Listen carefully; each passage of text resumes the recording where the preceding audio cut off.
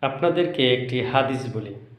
যারা মানুষের দুরবস্থা, অসহায়ত্ব বা মানুষের অভাব-অনটন দেখে পিছনে তিরস্কার করেন, মনে হচ্ছে যে আপনার জীবনে অভাব হবে না, তাদের জন্য। রাসূলুল্লাহ সাল্লাল্লাহু আলাইহি সাল্লাম এইভাবে উদাহরণ দিয়েছেন যে একটা জাহাজে উপরেও মানুষ আছে, নিচেও মানুষ আছে। এমতো অবস্থায় নিচতলার লোকের পানি ফুরিয়ে গেছে। তারা উপরতলার লোকদের কাছে সাহায্য চাইলেন যে আমাদেরকে পানি দাও। উপরতলার লোকেরা তাদেরকে পানি দিল না। এমতো অবস্থায় একটা লোক কুঠার নিয়ে জাহাজ কাটতে রওনা দিছে, মানে সে জাহাজের তলি ফুটো করে পানি বের করবে। রাসূলুল্লাহ সাল্লাল্লাহু আলাইহি সাল্লাম বলেন, এমত অবস্থায় ওই লোকের যদি বাধা দেয় তাহলে নিচের তলার লোকও বাঁচবে এবং উপরের লোকজনও তারা বাঁচবে। আর যদি ওই লোকের সাহায্য না করে, মানে উপর থেকে পানি না দেয়, তাহলে উনি জাহাজের তলি ফুটো করে ফেলবেন।